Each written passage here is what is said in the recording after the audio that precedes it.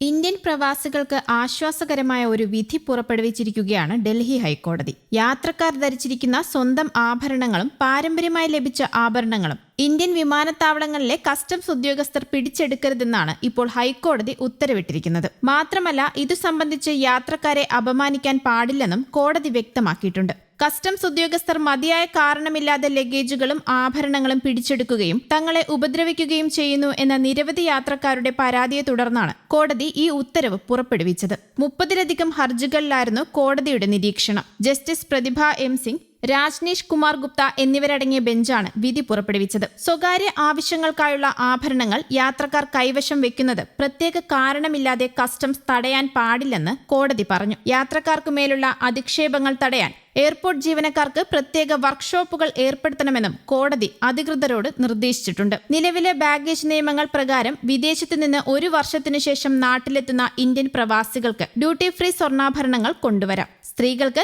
40 gram വരെയും പുരുഷന്മാർക്ക് 29 gram വരെയുമാണ് ഉയർന്ന പരിധി. എന്നാൽ ഉപയോഗിക്കുന്നതോ പാരമ്പര്യമായി ലഭിച്ചതോ ആയ ആഭരണങ്ങൾ ഇതിൽ ഉൾപ്പെടുന്നില്ല. അതിനാൽ തന്നെ നിയമം കാലഹരണപ്പെട്ടതായി ചൂണ്ടിക്കാട്ടിയ കോടതി നിയമത്തിൽ ഭേദഗതി വരുത്തുകയോ സ്റ്റാൻഡേർഡ് ഓപ്പറേറ്റിംഗ് നടപടിക്രമമോ പുറപ്പെടുവിക്കണമെന്ന് central board of indirect taxes and കസ്റ്റംസിനോട് നിർദ്ദേശിച്ചു. അതേസമയം നിയമങ്ങൾ പുതുക്കുന്നതിനുള്ള പ്രവർത്തനങ്ങൾ നടത്തിവരികയാണെന്നും കൂടുതൽ സമയം ഇതിന് ആവശ്യമാണെന്നും കസ്റ്റംസ് വകുപ്പ് കോടതിയെ അറിയിച്ചു.